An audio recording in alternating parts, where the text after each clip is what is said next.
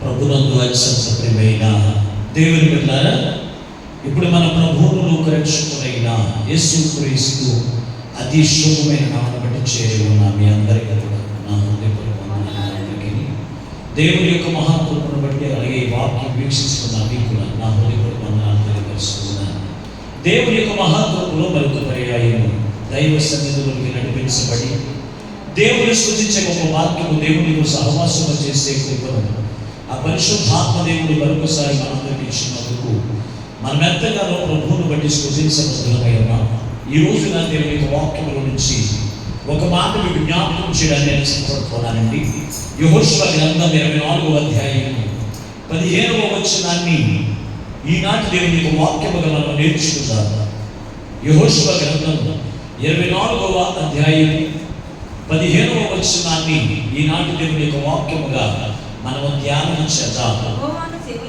యెహోవాను సేవించుట నీ దృష్టికి కీడని తోచిన యెడల మీరు ఎవరిని సేవించరు, నది అర్థాన్ని మీ పితరులను సేవించిన దేవతను సేవించరు. అమోరీయుల దేశములో మీరు నివసించుతున్నారే, వారి దేవతను సేవించరు. నేడు మీరు కోరుకోండి, మీరు ఎవరిని సేవింప కోరుకొనినను నేను నా ఇంటి వారు యెహోవాను సేవించెదము అనెను. చిట్టి ప్రార్థన.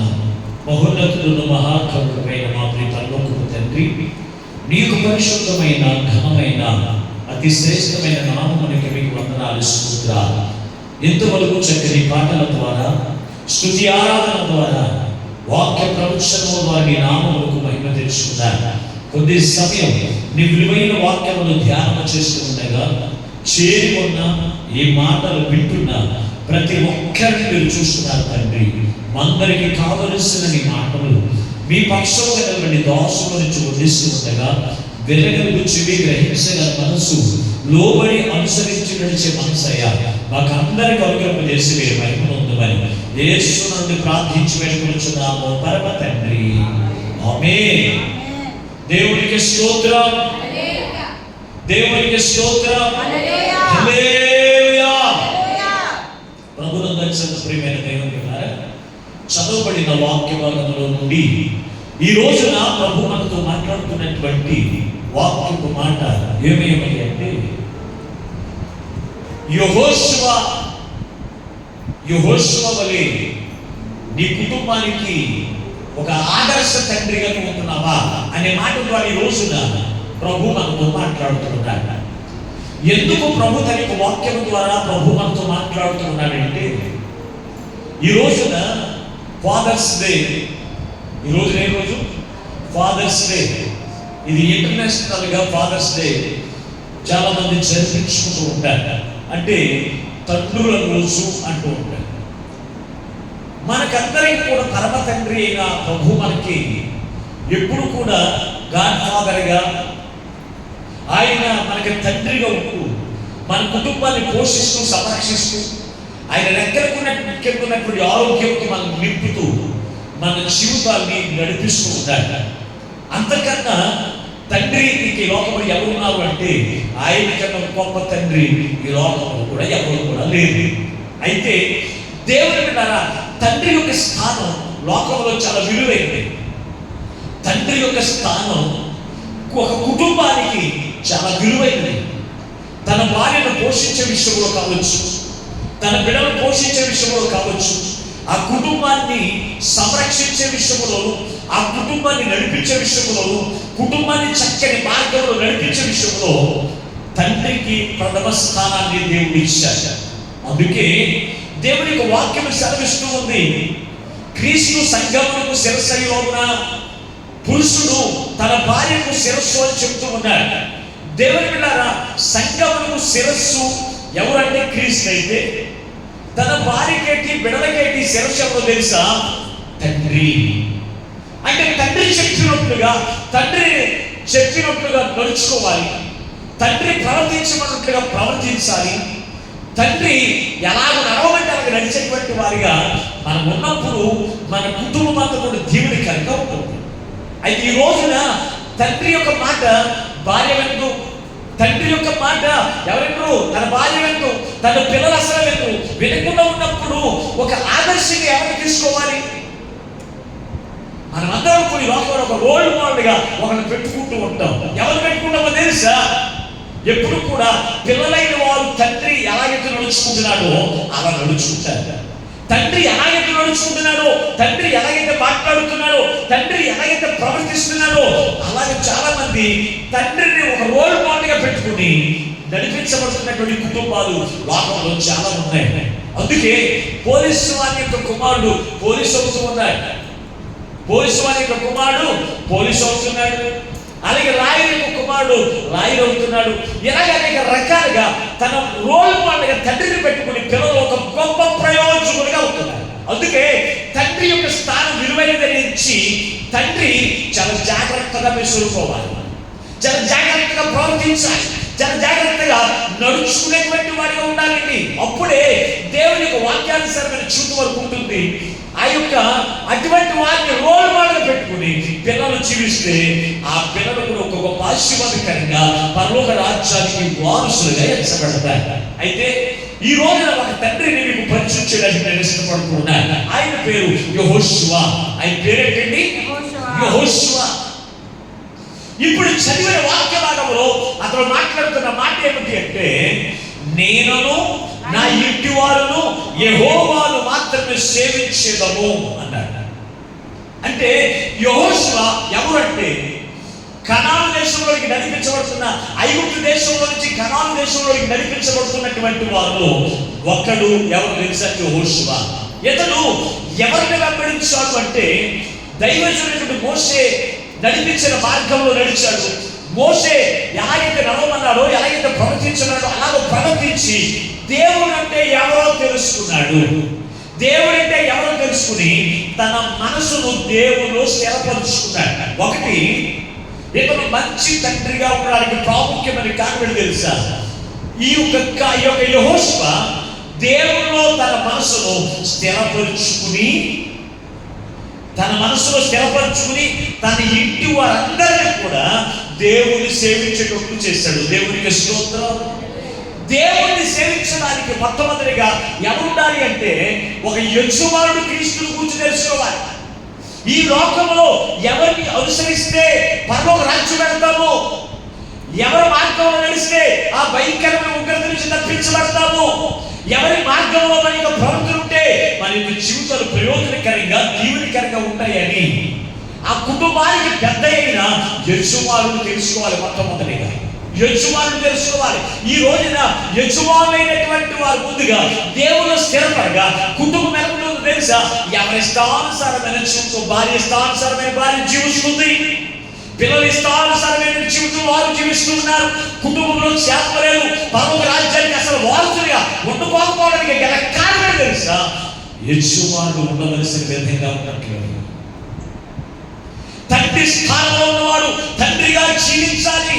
ఈ తండ్రి దేవుడు తన మనసును స్థిరపరచుకుంటే, ఇదిగో నేనను అంటే ముందు ఎవరు స్థిరపరచుకున్నాడంటే, ఈ యొక్క యెహోషువ దేవుడు తన మనసును స్థిరపరుచుకున్నాడు. స్థిరపరచుకుని నా ఇంటి వారును యెహోవాను మాత్రమే సేవించదము అంటున్నాడు. ఎంత చక్కగా తన జీవితాన్ని స్థిరపరచుకున్నాడు. కుటుంబం అంతా దేవుని మందిరంలో ఎవరున్నారు తెలుసా? ఒక దీవెనకరమైన కుటుంబముగా యెహోషువ కుటుంబం ఉండడానికి కారణం తెలుసా? మొట్టమొదటిగా ఎవరు? తండ్రిగా ఉన్నటువంటి అతను తన భార్య పట్ల, తన పిల్లల పట్ల అంత గౌరవప్రదమైన జీవితం జీవించడానికి, అలాగే కనాను చేరడానికి గల కారణం ఏమిటి? పాలు తేనెలు ప్రవహించే దేశంలోకి చేరడానికి గల కారణం తెలుసా? ఒకటి, తన మనసును దేవుల్లో స్థిరపరుచుకున్నాడు. యేసునందు పరమ రాజ్యం ఉందని, యేసునందు నిత్య జీవం ఉందని తన మనసులో స్థిరపరుచుకున్నాడండి.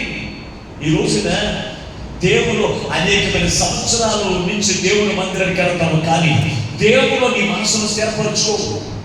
దేవుడు నీ మనసును స్థిరపరచుకుని దేవుణ్ణి విడిచిపెట్టకుండా సేవించడం, అనుసరించడం, ఆదివారం ప్రార్థనకి వెళ్ళడం, శుక్రవారం ప్రార్థనకి వెళ్ళడం, ఆ ఉపవాసం ముడికి నీళ్ళని కూడానికి వెళ్ళడం, ఇవన్నీ కూడా చేసేటువంటిది ఎప్పుడో తెలుసా? నీవు దేవుని నీ హృదయంలో స్థిరపరచుకున్నప్పుడు మాత్రమే చేయాలి. ఈ రోజున కుటుంబ యజమానులు దేవుడు స్థిరపరచుకోవట్లేదు. దేవుడు స్థిరపరచుకోవట్లేదు. దేవుడు వెళ్ళారా? ఎక్కడ? బ్రాందీ షాపుల్లోనూ ప్యాకెట్లలోనూ అక్కడ తన మనసును స్థిరపరుచుకుని కుటుంబానికి మంచి నాయకుడిగా, కుటుంబానికి పిల్లలైన వారికి మంచి తండ్రిగా ఈ రోజున ఉండలేకపోతున్నాడు. అందుకే పిల్లలైన వారు తన యొక్క తండ్రిని ఏం చేస్తారో తెలుసా, లెక్క చేయట్లేదు, తండ్రి మాట వినట్లేదు. ఆ తండ్రి మాట వినకపోవడం ఉంటే కాదు, తండ్రి మాట కూడా వినట్లేదు. కారణం తెలుసా, తండ్రి సరైన మార్గంలో ఉండకే, దేవుడు తన మనసును స్థిరపరచుకోకే ఈ రోజున కుటుంబాలు విచ్ఛిన్నమైపోతున్నాయి. పరిశుద్ధ గ్రంథంలో ఇంకా ఎలా స్థిరపరచుకున్నటువంటి ఆ యొక్క మాట మనం చూడగలిగితే, రూతు గ్రంథము 1:15 చూడగలిగితే ఇక్కడ రూతుల గురించి, నయోమి గురించి చక్కని మాటలు అక్కడ రాయబడి ఉన్నాయి. ఒకసారి చదవండి. రూతు గ్రంథము 1:15.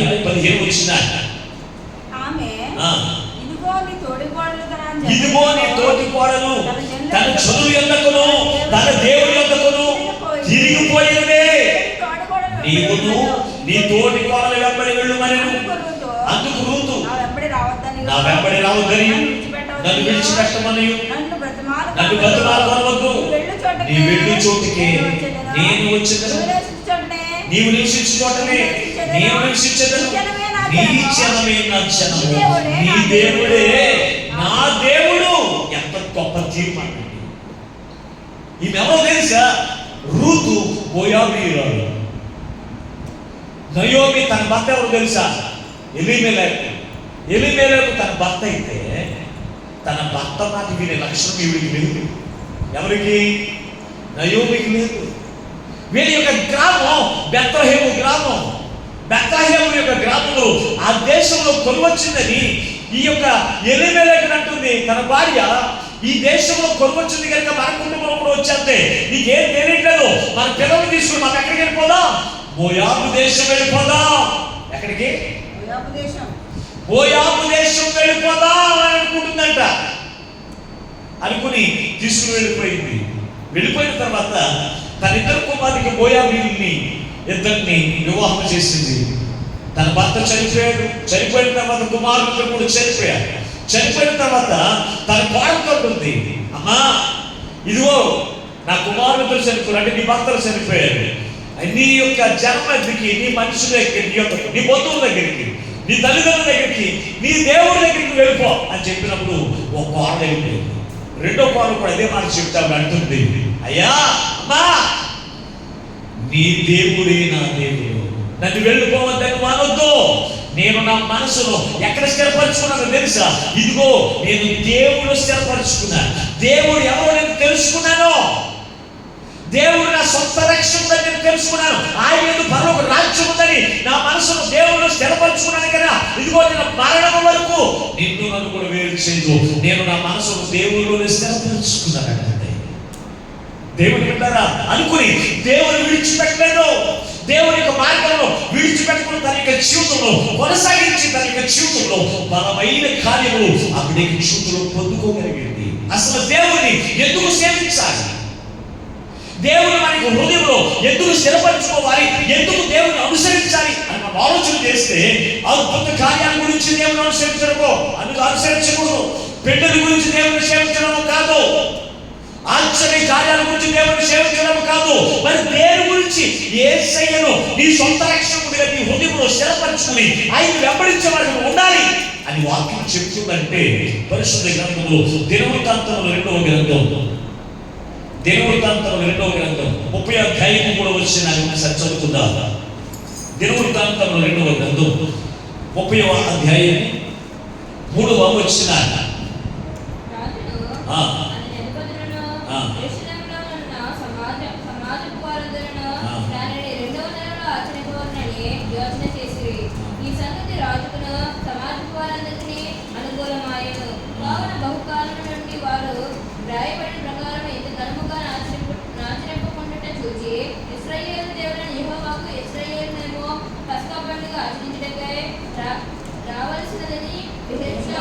ఎనిమిదో వచనం చదువు ఒకసారి.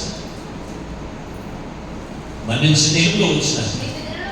మీ పితరుల వలె మీరు అవిధేయులు కాక యెహోవాకు లోబడి ఆయన శాశ్వతముగా పరిశుద్ధపరిచిన ఆయన పరిశుద్ధ మందిరంలో ప్రవేశించి మీ దేవుడిని యెహోవా మహోగ్రత మీ మీద నుండి తొలగిపోనట్లు ఆయనను సేవించండి. చూడండి ఏమని రాశాడు ఇక్కడ దేవుని యొక్క వాక్య భాగంలో, దేవుని యొక్క మహోగ్రత ఈ లోకం దగ్గర రాబోతోంది. అలాగే నరకము, అలాగే పాతాళము, మహాశ్రమలు ఈ లోకంలో రాబోతున్నాయి. వాటిలో నువ్వు ప్రవేశించుకుంటున్నాడు అన్నారు. మహా ఉగ్రత ఈ భూమి మీదకి రాబోతుంది. ఆ ఉగ్రత నుంచి నువ్వు తప్పించబడాలి అంటే నువ్వు ఎవరిని సేవించాలి, ఎవరిని అనుసరించాలంటే ప్రభువుని అనుసరించాలి. ఈ రోజున యేసయ్యను అనుసరించడానికి గల కారణం ఏంటంటే అద్భుతాల గురించి, ఆశ్చర్య కార్యాల గురించి దేవుని మందిరానికి వెళ్తున్నారు తప్ప మహా ఉగ్రత, భయంకరమైన ఉగ్రత నుంచి నేను తప్పించబడడానికి నేను దేవుని యొక్క మార్గంలో నడుస్తున్నాను అన్నవాడు చాలా తక్కువండి. అందుకే ఈ రోజున ప్రభు మనతో మాట్లాడుతున్నాడు. యెహోషువ తన మనసులో యాశపరుచుకున్నాడు తెలుసా, ఈ భయంకరమైన ఉగ్రత నుంచి నేను తప్పించబడాలి అంటే నేను నా దేవుడైన యెహోవాను నేను సేవించాలని అనుకుని తన మనసులో స్థిరపరుచుకుని దేవుని అనుసరించడం మానలేదండి. మీరు ఎవరిని అనుసరిస్తారు నాకు అనవసరం, నేను నా ఇంటి వారును యెహోవాను మాత్రమే సేవించను. ఎంత గొప్ప తీర్మానం! అతను ఒక్కడే దేవుని సేవించడం కాదు, తన ఇంటి వారందరూ కూడా ఎవరిని సేవిస్తారు? దేవుని సేవిస్తారు. ఈ రోజున కుటుంబ యజమాని దేవుని అనుసరిస్తే తన భార్య పిల్లలు తన భర్తతో కలిసి మందిరానికి వచ్చి ఒకేసారి కూర్చుంటారు. అవునా లేదా? తన భర్తతో కలిసి కూర్చుంటారు. అదే భర్త ఇదిగో దేవుని విశ్వాసం లేని వాడిగా, దేవుని యొక్క మార్గంలో నడవని వాడిగా ఉంటే పిల్లలు తల్లి మార్గంలో నడవరండి. తల్లి వెళ్తున్నటువంటి మార్గంలో నడవరు. తల్లి వెళ్తున్న టైంలో కాదు ప్రార్థనకే, ఇష్టం వచ్చినప్పుడు వెళ్తారు ప్రార్థనకి. దేవుని అనుసరించడానికి సరైన మార్గం ఉండదు. గల కారణం ఏంటి? తండ్రి సరైన మార్గంలో ఉండకపోవడం. తండ్రి సరైన మార్గంలో ఉంటే ఏం చేస్తాడు? టైం అవుతుంది నడవండి ప్రార్థనకి అంటే అతనికంటే ముందు బయలుదేరి తండ్రితో వచ్చే చేస్తారు మందిరంలో.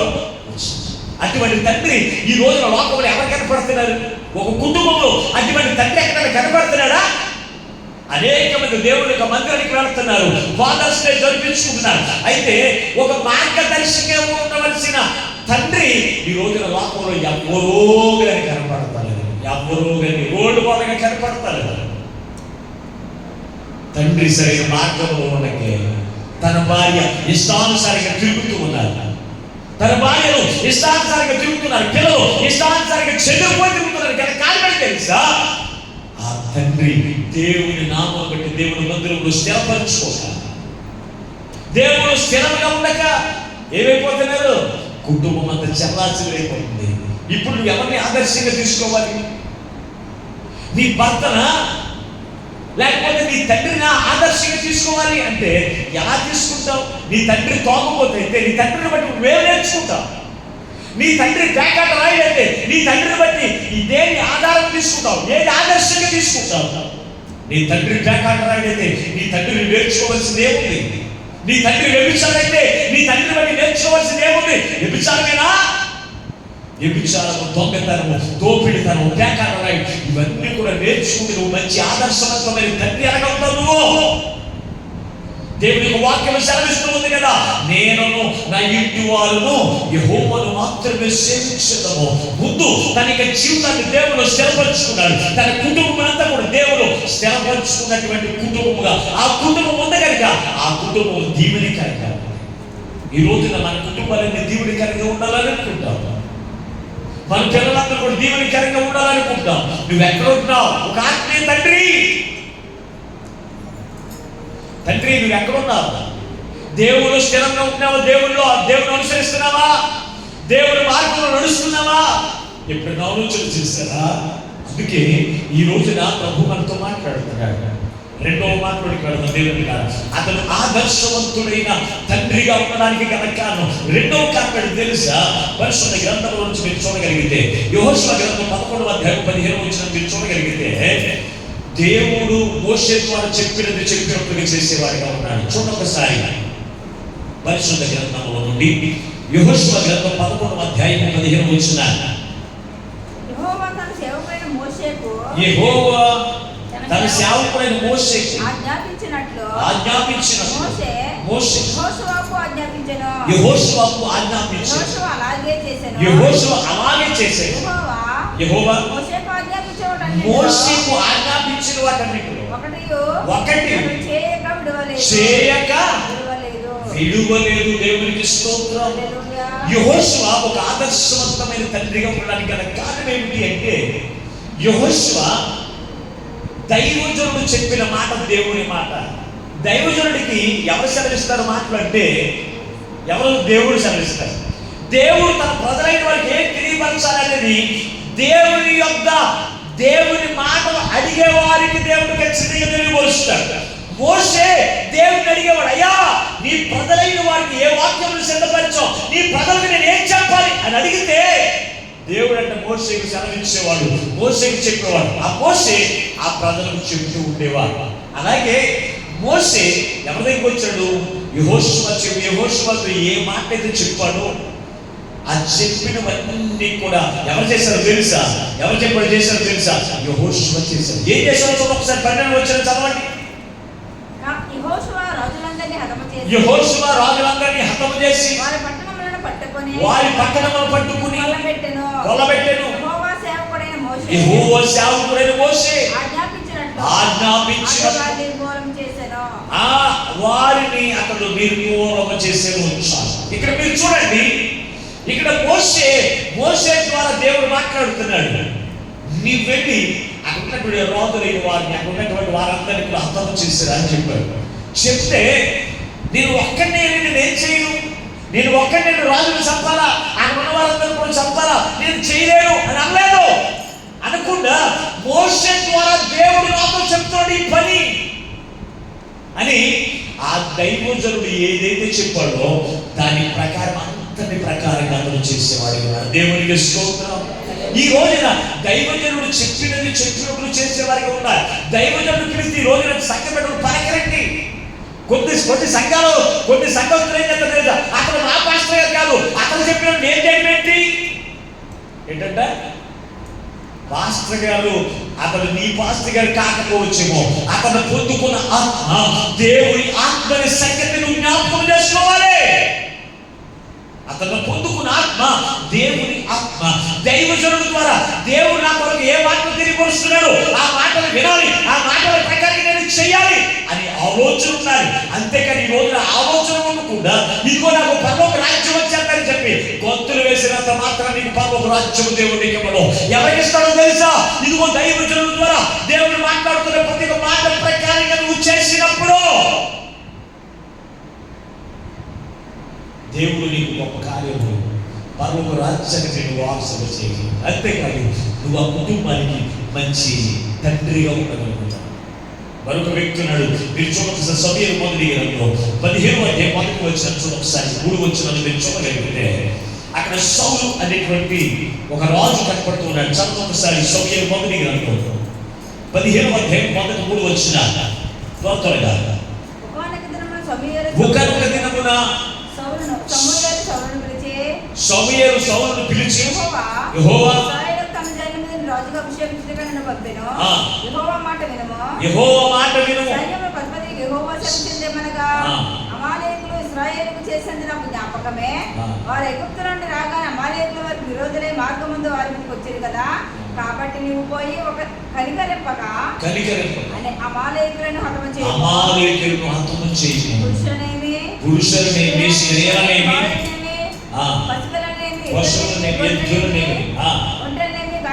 అన్నిటిని హతము చేసి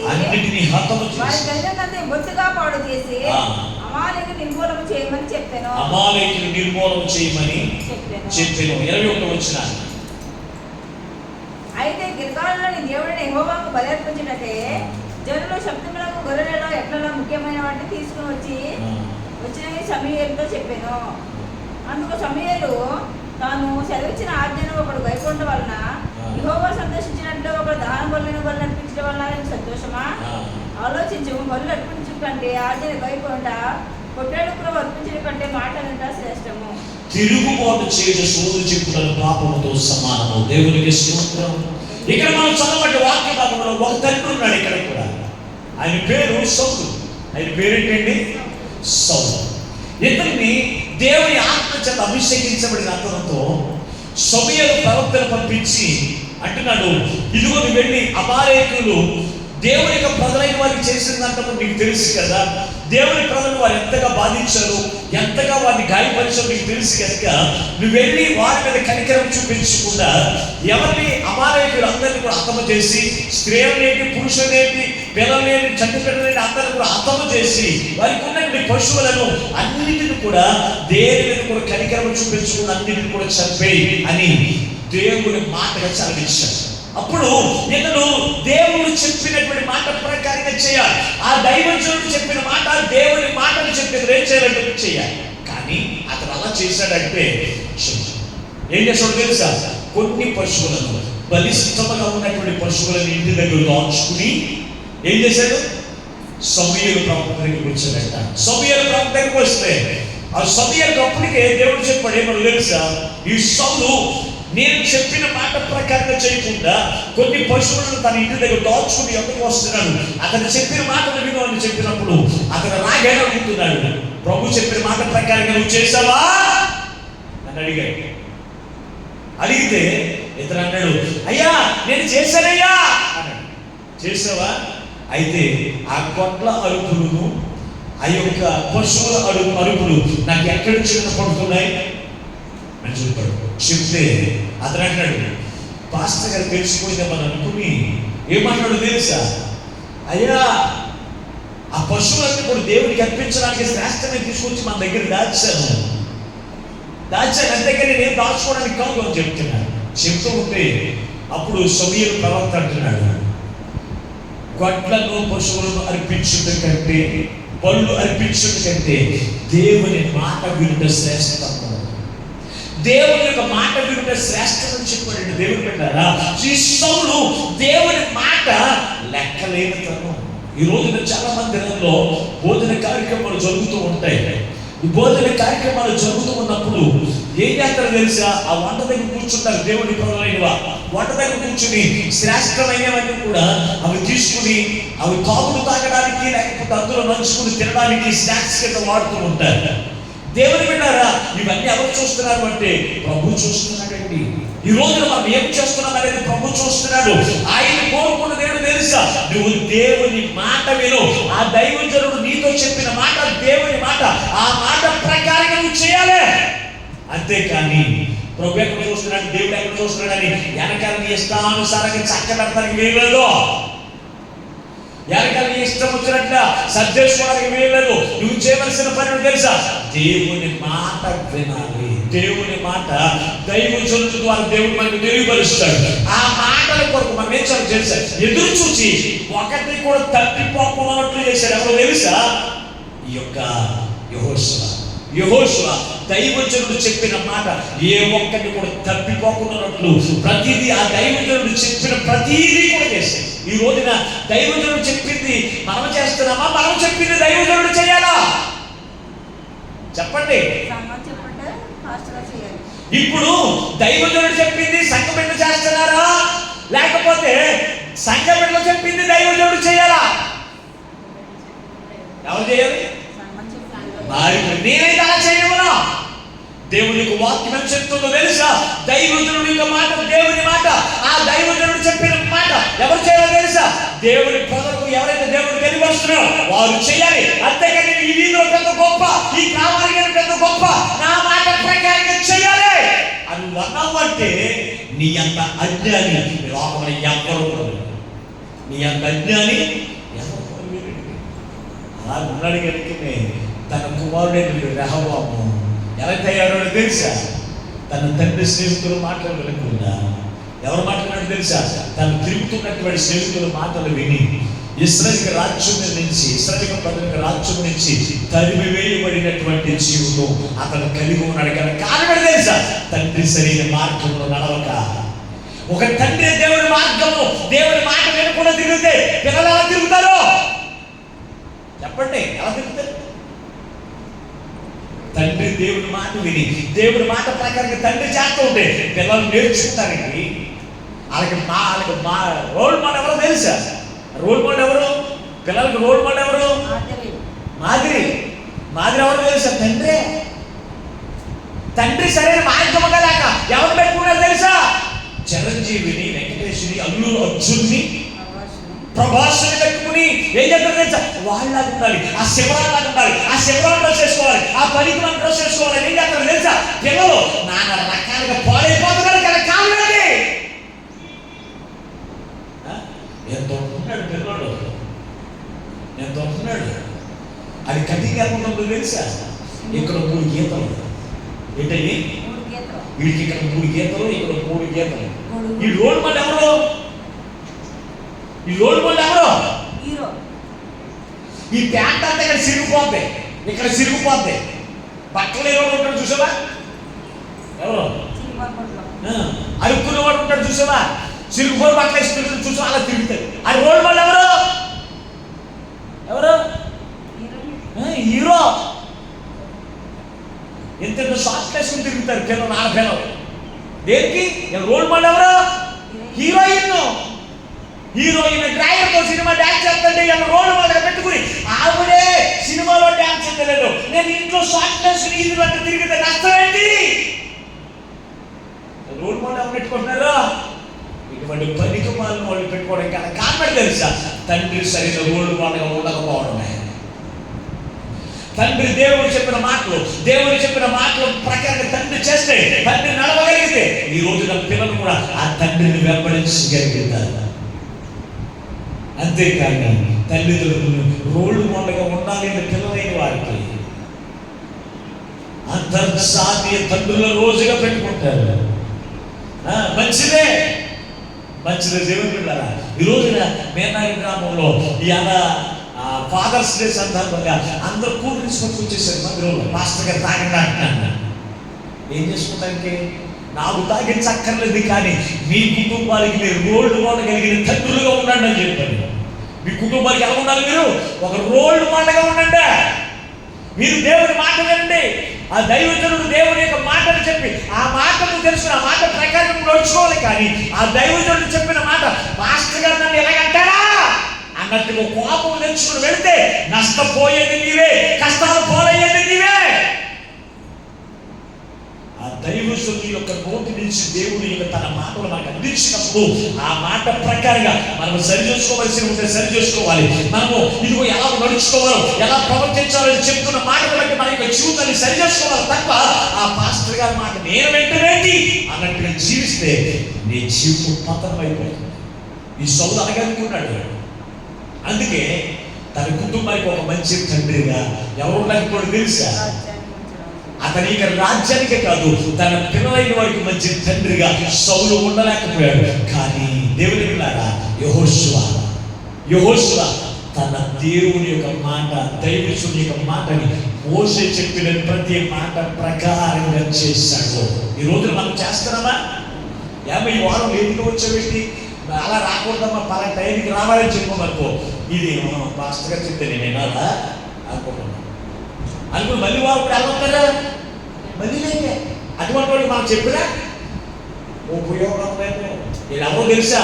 భయం భక్తి లేని వాడు దేవుని మాట కానీ దైవజనుడి యొక్క మాట కానీ వినరాడు. అందుకే దేవుని యొక్క మాట, అది దైవజనుడి యొక్క మాటని గుర్తెరిగిన వాడు ఏంటి అక్కడ తెలుసా?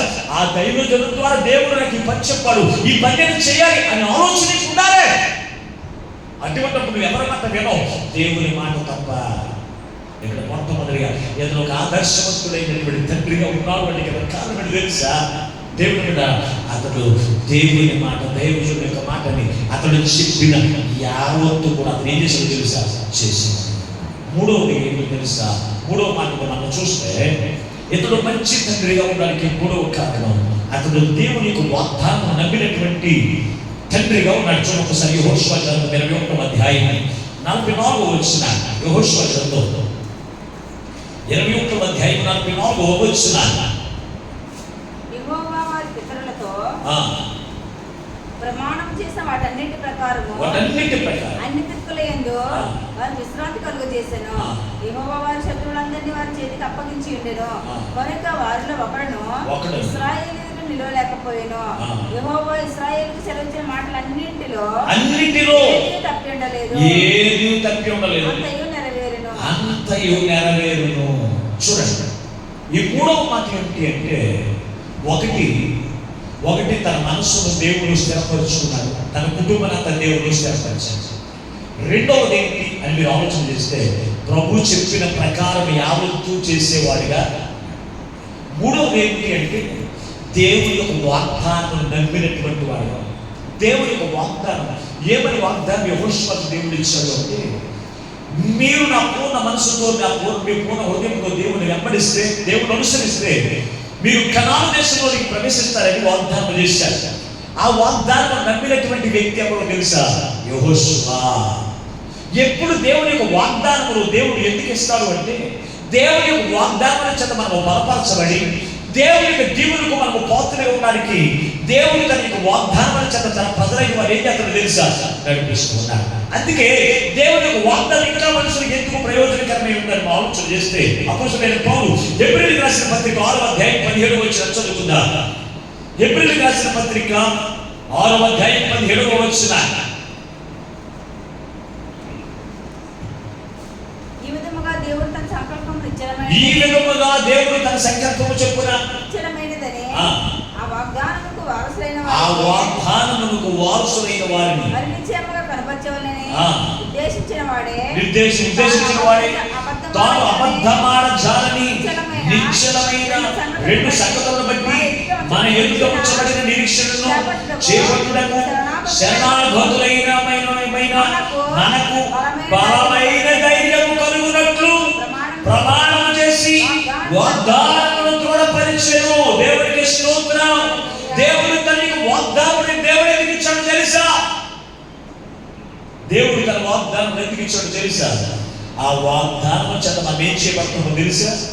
మనము బలపరచబడిన వారమై ధైర్యము కలిగినట్లు ఆ ప్రమాణం యొక్క వాగ్దానాలు దేవుడు మనకి ఇచ్చాడు. వాగ్దానం దేవుడు మనకి ఎందుకు ఇచ్చాడు అంటే, వాగ్దానం ఇచ్చిన దేవుడు నరుడు కాదండి. నరులు వాగ్దానం చేస్తారు కానీ దాన్ని మాత్రం నెరవేర్చరు. ఏం చేస్తారు? వాగ్దానం చేస్తారు. ఏమని? డబ్బులు పట్టుకెళ్ళినప్పుడు అంటారు, అమ్మా నీకు వడ్డీ వేసి కరెక్ట్గా నెలలో నీకు ఇచ్చేస్తాను, ఇదిగో ఏమనుకోకుండా డబ్బులు తీయ అంటారు. పట్టుకెళ్తారు. నెల అయిన తర్వాత నీకు డబ్బులు అడిగితే ఏం చెప్తారు? నెల అయిన తర్వాత ఏమంటారు? నెల అయిన తర్వాత ఏమంటారు? అయ్యి బాబా ఏదో అన్నాను అనుకో, అప్పుడే వచ్చేసావా, అప్పుడే కంగారు పడిపోతున్నా ఏంటంటారు? అయ్యి బాబా వడ్డీ అంత ఇచ్చేయాలా? ఆ వడ్డీ వ్యాపారమే చేయకూడదంటే ఏదో నువ్వు భయం కలిగి ఉంటావు అని ఇచ్చారనుకో, తీసుకున్నప్పుడు ఒక మాట, ఇచ్చినప్పుడు ఏమైనా మాట్లాడతారు?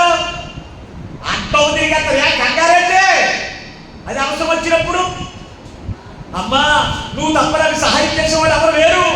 ఏమంటారు? నువ్వు తప్ప నాకు సహాయం చేసేవాడు ఎవరు లేరు, నన్ను ఆదుకునేవాడు ఎవరు లేరు. అది అవసరం తీరిపోయిన తర్వాత ఏమంటారు తెలుసా? అసలు నిన్ను లెక్క చేయదే కదా. అటువంటి నరులు వంటి వాడిని కాదు నేను అంటున్నాడు. అటువంటి అబద్ధములు ఆడుటకు నేను నరులు వంటి వాడిని కాదు. నేను మాట ఇచ్చి దాన్ని నెరవేర్చే దేవుడే. ఆయన వాగ్దానం చేశారు, నిన్ను బలపరుస్తాను, నీకు సహాయం చేయవాడు నేనే, నిన్ను ఆదరించేవాడు నేనే, నిన్ను వాదార్చేవాడు నేనే అని ప్రభు చెప్తూ ఉంటే, ఈ రోజున దేవుని బిడ్డలారా ఒక కుటుంబ యజమాని దేవుని యొక్క వాగ్దానాలను నమ్మేవారిగా ఉంటారు. అబ్రహాం ఎవరో కుటుంబం తయారు చేసుకునేవాడు, మట్టి బొమ్మలు చేసుకునేవాడు. అబ్రహాం ఎవరు అనుకుంటారో అతడు మట్టి బొమ్మలు తయారు చేసేటువంటి వ్యక్తి. అటువంటి వ్యక్తిని ప్రభు పిలుస్తాడు, అబ్రహామా నీవు నన్ను వెంబడించు, నీవు నాలో స్థిరపడు, నేను నిన్ను ఆశీర్వదిస్తాను, అనేకమైన జనములకు నిన్ను తండ్రి చేస్తాను, నీ సంతానం ఇసుక లేని వారిని చేస్తారని వాగ్దానం చేస్తే, ఆ వాగ్దానం నమ్మి ప్రభువును వెంబడించాడు. తన యొక్క జీవితంలో ఇసుక రేణువుల వంటి యొక్క సంతానం అతనికి కలగజేసి దేవుని యొక్క వాగ్దానం అతని యొక్క జీవితంలో నెరవేర్చాడు. దేవునికి స్తోత్రం. ఒక కుటుంబ యజమాని, కుటుంబానికి ఎటువంటి వాడు తెలుసా? ఒక కుటుంబాన్ని యజమాని ఎటువంటి వాడు తెలుసా? ప్రహారీ గోడ లాంటి వాడు. ఎటువంటి వాడు? కుటుంబ యజమాని ఎటువంటి వాడు? ప్రహారీ గోడ వంటి వాడు. ప్రహారీ గోడను బద్దలు కొట్టుకుని ఎవరైనా గొప్పని రాగలరా? ప్రహారీ గోడ దాటి ఎవరైనా లోపలికి రాగలరా? ఈ ప్రహారీ గోడలా ఉన్నారంటే దేవుడు వాగ్దానం నమ్మిన వాడిగా ఉంటే నీ పక్షాన్ని ప్రభువుని నేను ఎలా బలపరుస్తాడు తెలుసా? ప్రహారీ గోడ కంటే నిన్ను బలపరుస్తాడు. దేవునికి స్తోత్రం. ప్రహరీ గోడ కంటే నిన్ను బలపరిచి, శత్రువైన సాతాను కావచ్చు, శత్రువుగా ఎవరున్నా నీ యొద్దకు కానీ నీ యొద్దకు వచ్చి కీడు చేయడానికి కానీ ఎవరు కూడా సాహసించలేరు. అటువంటి బలమైన గోడగా నిన్ను చేసుకున్నాడు. కుటుంబ యజమాని వెనకుండాలి తెలుసా? బలమైన గోడగా ఉండవలసిన వాడు ఇప్పుడు వెనకుంటున్నావు. నువ్వు దేవులో ఉండవు, దేవుని యొక్క మార్గంలో నడవు, దేవుడిలో నీ హృదయమును స్థిరపరచుకోవు, దేవుని యొక్క మాట చొప్పున నువ్వు చేయవు, దేవుని మాటలు నమ్మక పిరికివాడిగా ఏం చేస్తున్నావు తెలుసా? భార్యను పోషించలేక, బిడ్డల అవసరాలను తీర్చలేక, ఎందుకు పనికి రాని వాడిగా బలహీనుడిగా నువ్వు పడి ఉంటున్నావంటే గల కారణం ఏంటో తెలుసా? దేవుని యొక్క వాగ్దానములు నువ్వు నమ్మేటువంటి లక్షణము నీకు లేకపోవడమే దేవుని బిడ్డలారా. అందుకే ఈ రోజున ప్రభు మనతో మాట్లాడుతున్నాడండి. ప్రభు మనతో మాట్లాడుతున్నాడు. ఒక్కసారి మీరు ఆలోచన చేయండి. ఈ రోజున లోకం ఎలా ఉందో తెలుసా? ఒక కుటుంబ యజమాని అనుకుంటున్నాడు తెలుసా? దేవుని మాటలు నమ్మక అధైర్యవంతుడిగా ప్రతి చిన్న విషయాలకు తన ప్రాణమును పోగొట్టుకునే పరిస్థితులు ఉన్నాడు కదా. కారణం తెలుసా? దేవుని మాటలు అతడు నమ్మకే. అందుకే ఈ రోజున ప్రభు మనతో మాట్లాడుతున్నాడండి. ప్రభు మనతో మాట్లాడుతున్నాడు. ఈ రోజున లోకం ఎలా ఉన్నారు? లోకం యొక్క స్థితి ఎలా ఉంది? ఎప్పుడన్నా పరిశీలన చేశారా దేవుని బిడ్డలారా? ఆలోచన కలిగి ఉండండి. ఎందుకంటే ఈ రోజున కుటుంబానికి నువ్వు సరైన యజమానుడిగా ఉండకపోవడం వల్ల నీ కుటుంబం, నీ భార్య, నీ పిల్లలకి ఏమున్నట్లేదు తెలుసా? ఒక తాపుదల ఉన్నట్లేదు. భర్త తాగుపోతే, భర్త తిరిగిపోతే తన భార్యను ఎందరో హేళన చేస్తారండి. అందరికీ లోకమే, భార్య అయినా పిల్లలైనా. అందుకే కుటుంబానికి భర్త ఒక ఆదర్శవంతుడైనటువంటి భర్తగా ఉండాలి. అదే ఎలా ఉండాలో తెలుసా? దేవుని వాగ్దానములు నమ్మి నా దేవుడు నన్ను హెచ్చిస్తాడు, దేవుడు నా శ్రమను చూపిస్తాడు, దేవుడు నా పక్షముగా, నా బిడ్డల పక్షముగా గొప్ప కార్యములు చేస్తాడు అనేటువంటి విశ్వాసము ఈ రోజున భర్తకు ఉండాలి. ముందు అది లేకే కదా కుటుంబం అంతా లోకువైపోవడానికి కదా కారణం. ఎరుగు పొరుగు వారికి, గ్రామానికి, సంఘ బిడ్డలకు లోకువైపోవడానికి కదా కారణం తెలుసా? భర్త సరైనటువంటి లేదంట, ఒక ఆదర్శవంతుడైనటువంటి భర్తగా ఉండకపోవడమే. 4వ మాటలోకి వెళ్ళిపోతున్న దేవుని బిడ్డలారా, పరిశుద్ధ గ్రంథంలో చూడగలిగితే యెహోషువ గ్రంథం 14వ అధ్యాయం 8వ వచనాన్ని త్వరగా మనం చదువుకుని వాక్యాన్ని తీర్చుకుందాం. యెహోషువ గ్రంథం 14వ అధ్యాయం 8వ వచనాన్ని. నాతో కూడా బయలుదేరి వచ్చిన నా సహోదరులు జనుల హృదయములను కలగజేయగా నేను నా దేవుడిని యెహోవాను నిండు మనసుతో అనుసరించితిని. ఎప్పటి నుంచి అనుసరించాడు? సంఖ్యాకాండం 32వ అధ్యాయం 11వ వచనం. సంఖ్యాకాండం 32వ అధ్యాయం 11వ వచనం.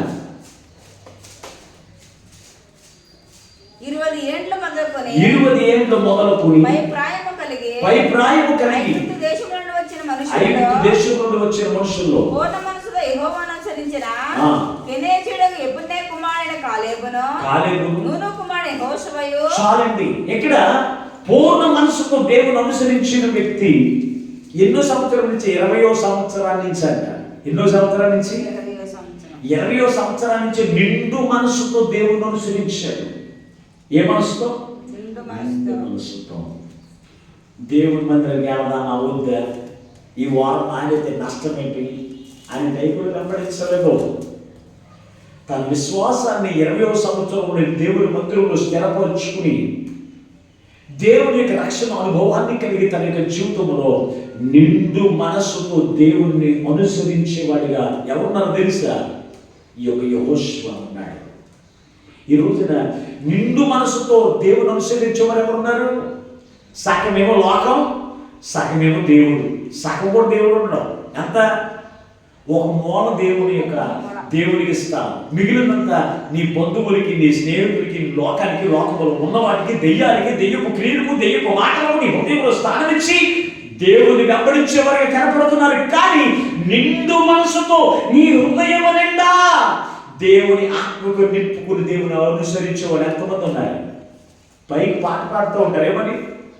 పూర్ణ మనసుతో ఆరాధింతును నిన్ను, పూర్ణ బలముతో ప్రేమించేదను, పూర్ణ మనసుతో ఆరాధింతును నిన్ను, పూర్ణ బలముతో ప్రేమించేదను. ఆరాధన ఆరాధన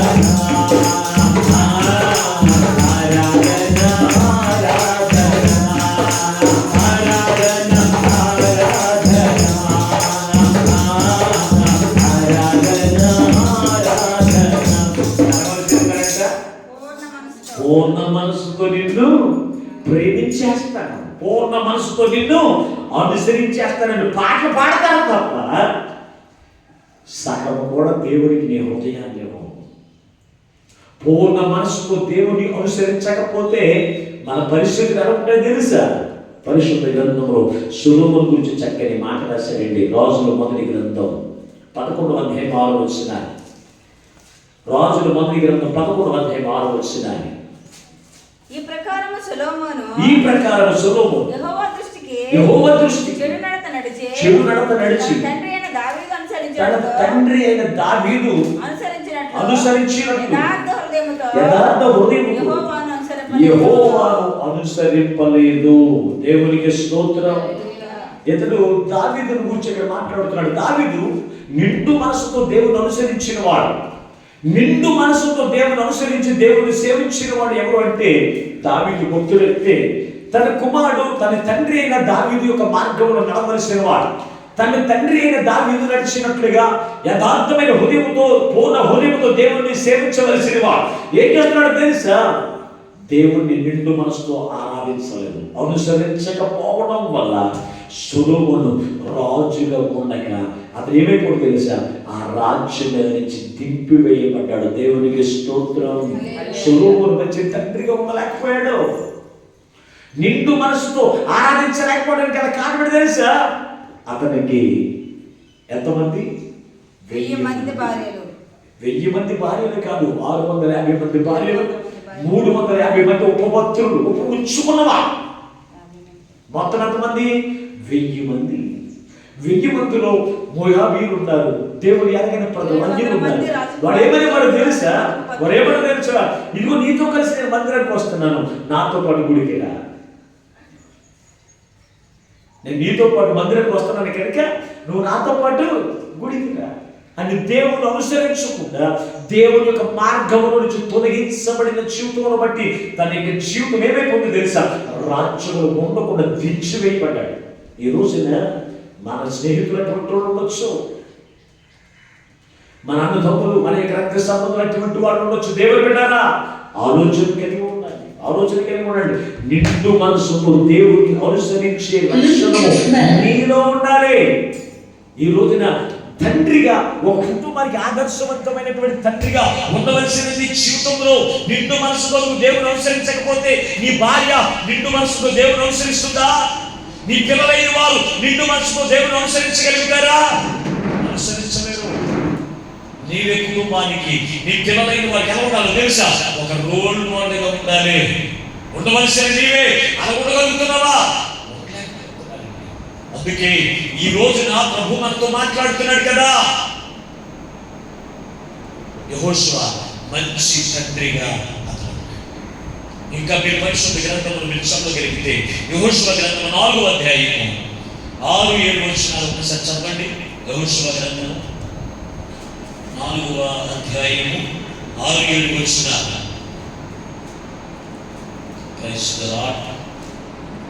యెహోషువ గ్రంథం 4వ అధ్యాయం 6-7 వచనాలు మనం చదువుకుందాం.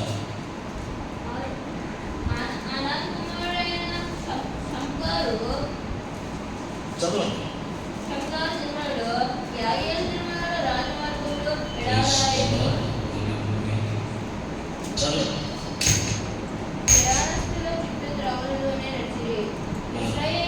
ఇక మీదట మీ కుమారులు ఈ రాళ్ళు ఎందుకని అడిగినప్పుడు మీరు యెహోవా మందసం ఎదురు యొర్దాను నీళ్లు ఎక్కడిసిగా ఆ ఆపబడెను.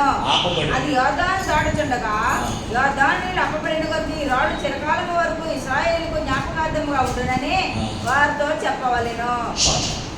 యెహోషువ అతనికి ఉన్నటువంటి మరో లక్షణం ఏంటంటే దేవుడు కూర్చిన సంగతులు తన పిల్లలకి నేర్పించేవాడు. ఏమన్నాడండి?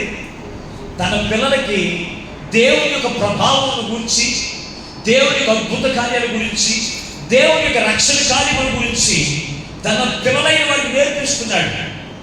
అంటే తన తరం వారితో ఆగిపోవడానికి వీల్లేదు.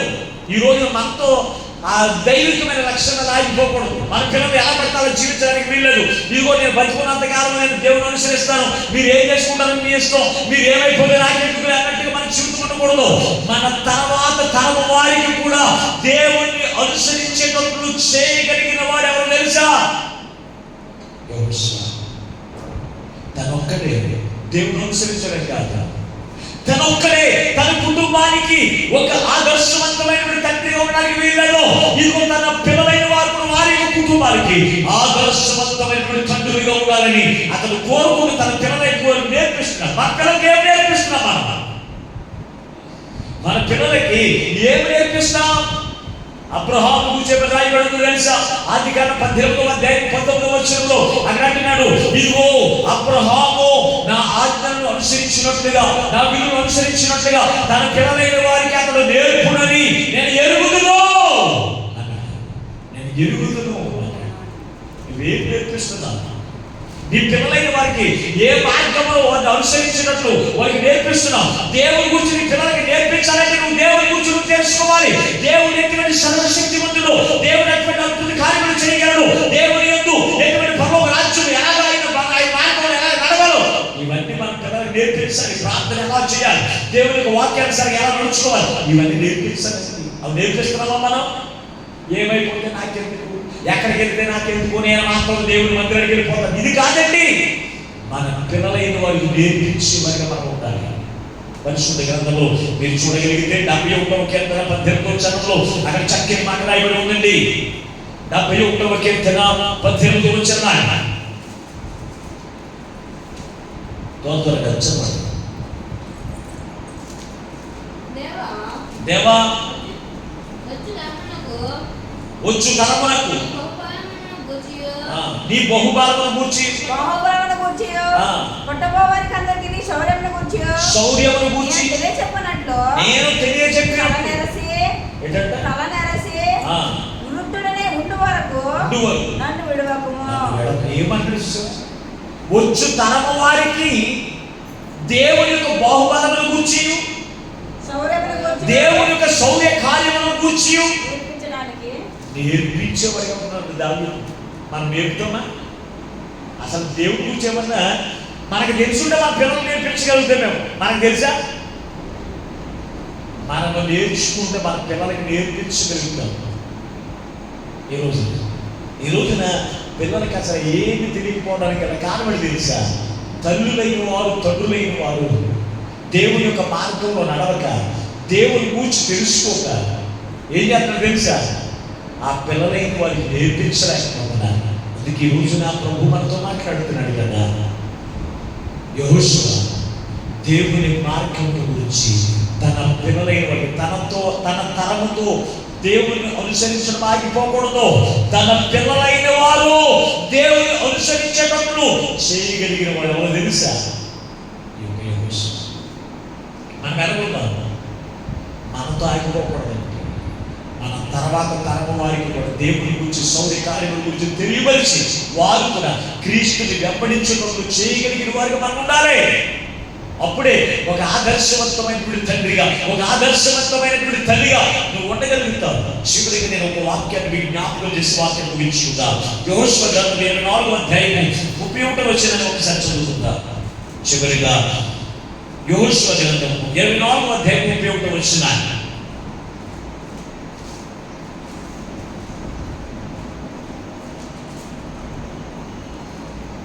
లేదండి. యెహోషువ దినములన్నిటిను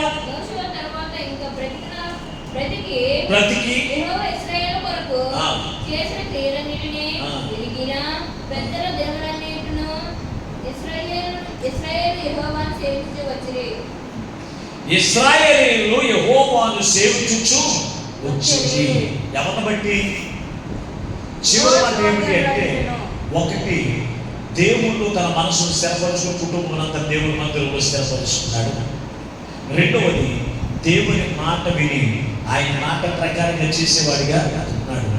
మూడవది దేవుని యొక్క వాగ్దానం నమ్మి ఆ వాగ్దానం చేతపట్టుకుని కనానిక దేశాన్ని స్వతంత్రించుకున్నటువంటి వ్యక్తిగా ఉన్నాడు. నాలుగవది మీరు చూస్తే అతడు నిండు మనసుతో దేవుని యొక్క విశ్వాసము స్థిరంగా నిలిచిన వాడిగా ఉన్నాడు.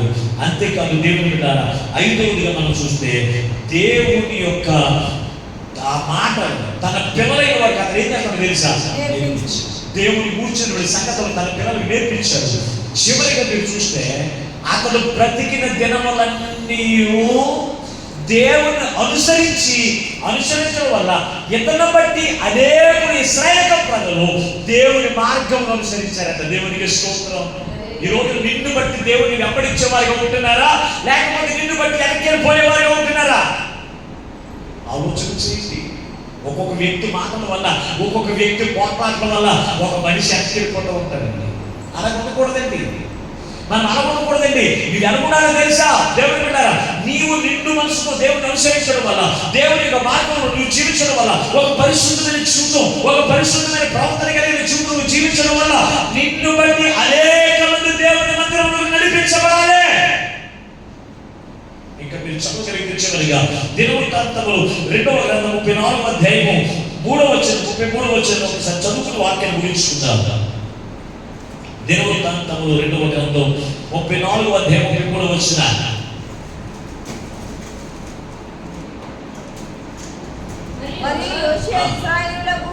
మరియు యోషియా ఇశ్రాయేలుకు చెందిన దేశములన్నిటిలో నుండి ఏమైనా విగ్రహములన్నిటిని తీసివేసి ఇశ్రాయేలీయులందరూ తమ దేవుడైన యెహోవాను సేవించినట్లు ఇశ్రాయేలీయులందరూ తన దేవుడైన యెహోవాను అనుసరించినట్లు చేసెను. ఎవరిని బట్టి? యోషియా దేవుని అనుసరించేటట్లు. అతను అనుసరించడం ఒకటే కాదు, అనేకులను ఇశ్రాయేలు ప్రజలను దేవుని అనుసరించేటట్లు చేయగలిగాడు. ఈ రోజు ఒక్కన్నా దేవుని అనుసరించేటప్పుడు చేయగలిగావా? మనకు మనమే ఇల్లు వచ్చేయడం వల్ల ఒక ఆదర్శవంతమైనటువంటి తల్లిదండ్రులుగా మనం కాదు, మనల్ని బట్టి అనేకులను దేవుని అనుసరించేటప్పుడు మనం చేయగలిగినప్పుడు నీ కుటుంబానికి నువ్వు ఒక రోల్ మోడల్ అవుతావు. నీ కుటుంబానికి నువ్వు ఒక రోల్ మోడల్ అవుతావు. మన పిల్లల్ని ఎవరిని పెడితే వాళ్ళని రోల్ మోడల్గా చేసుకుంటావా? ఒకడు జేబులు కత్తిరించేవాడు ఉంటాడు, ఒకడు దొంగతనాలు చేసేవాడు ఉంటాడు, ఒకడు దోపిడితనం చేసేవాడు, ఒకడు వ్యభిచారం చేసేవాడు, ఒకడు తాగుబోతున్నాడు, ఒకడేమో నీ కొరకు ప్రాణం పెట్టేవాడు ఉన్నాడు. ఎవరిని అనుసరిస్తాం మనం? ఎవరిని అనుసరించమంటావు? తల్లిదండ్రులు. మనం నీ కొరకు ప్రాణం పెట్టగలిగిన వాడు ఎవరున్నాడు వాడిని అనుసరించు. నువ్వు జేబులు కత్తిరించే వాడితో నువ్వు తిరిగితే డబ్బులు బాగా వస్తాయి. ఆడనికైనా తిరిగి అంటావా? జేబులు కత్తిరించే వాడు వెనక తిరిగితే మనకి ఏమొస్తాయి? డబ్బులు వస్తాయి. ఏం చేస్తాడు? వాడితో పాటు నీడు కూడా జేబులు కత్తిరించి డబ్బులు తెచ్చి, అమ్మా నాన్న ఇదిగో మందు తాగుతావా, పెద్ద బాటలు తాగు అన్నాడు అనుకో, నాన్న ఎంత మంచి కొడుకు పెట్టాడు, పుల్లు బాటుకు డబ్బులు ఇచ్చేవా, వెళ్ళు ఎక్కడి నుంచి వస్తావో ఆయన వదలకు అని చెప్పి తల్లిదండ్రులు లేరా? ఉన్నారా? వ్యభిచారం చేసి డబ్బులు సంపాదించి తల్లిదండ్రులకు ఇష్టం ఉంటే వారు చెప్పే పట్టు డబ్బులు మనకు బాగా వస్తాయని చెప్పే తల్లిదండ్రులు లేరా? మనము ఎవరిని వెంబడించమని చెప్తామో తెలుసా? ఎవరు పెడితే వాళ్ళు వెంబడించవచ్చు. నీకు ఒక ప్రాణం పెట్టగలిగే వాడు ఎవరున్నాడు? నీకు సహాయం చేస్తూ రెడీగా ఉన్నవాడు ఎవరున్నాడు? వాడిని వెంబడించని చెప్తాం. నీకు ఒక ప్రాణం పెట్టగలిగిన మన ప్రభుని యేసుక్రీస్తు తప్ప ఈ లోకంలో ఎవరు కూడా నీకు సహాయం చేసేవాడు లేరు. ఆయనకి మించిన తండ్రి మనకి లోకంలో ఎవరు లేరు. ఆయన నువ్వు చేసిన పాపముల కొరకు నీవు పొందవలసిన శిక్షను భరించాడు.